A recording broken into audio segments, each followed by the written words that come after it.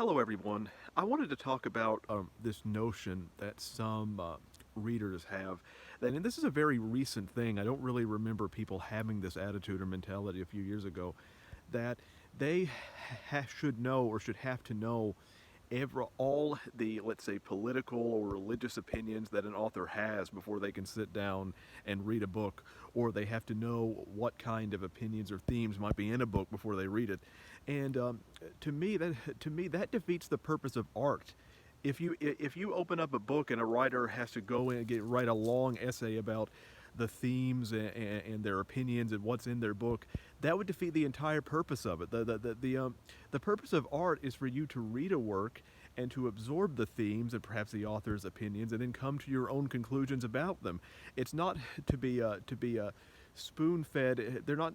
It's not meant to be spoon fed to you ahead of time. But some people have this idea of that. Well, I don't want to give money to somebody that I disagree with. Well, first of all, the whole point of reading is to grow as a person, and that includes reading people who you disagree with. And also, the point of consuming art is to consume and absorb the themes, and then and then discard what perhaps you don't find valuable, and then keep what you do find valuable. But to expect authors to somehow lay like their entire world philosophy out on, but for you to enjoy a book, frankly, I think is just silly. And also, people will apply it, and also it defeats the purpose of art.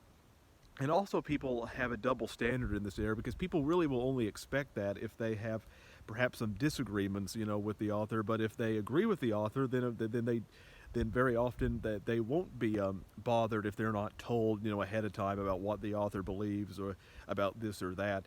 But again, you shouldn't expect an author to lay out all of their beliefs ahead of time, whether it's about religious or other. And also, people have this idea also, and about religion specifically. I mean, if I'm going to get specific about it, is that some people have this idea, and I've come across this, that if a book has religious themes in it, that somehow that means that it is a Christian book, which I'm thinking that's absolutely silly. A Christian book is a book that, and so some people will complain, for example, if they read a book that has Christian themes. Well, this has Christian themes. I should have been told about this ahead of time.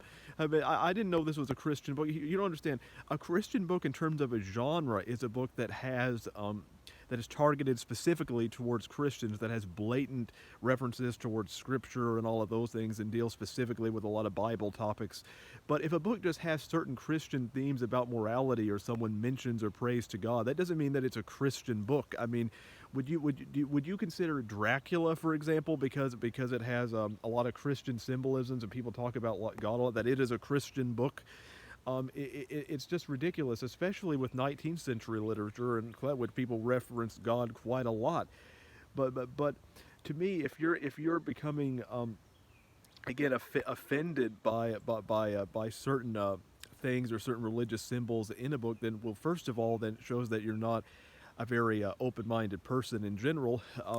But also, again, the point of art is to absorb certain themes or beliefs that you may disagree with, and then you can do with those what you will. The idea that an author has to lay all that out on the table ahead of time is the antithesis of art. It defeats the entire purpose of art, and I think this is mainly due to people's lack of understanding around the purpose of art, and also the lack of nuanced thinking. So I just find that to be very frustrating as an author, and also the double standards that are applied frustrate me as well.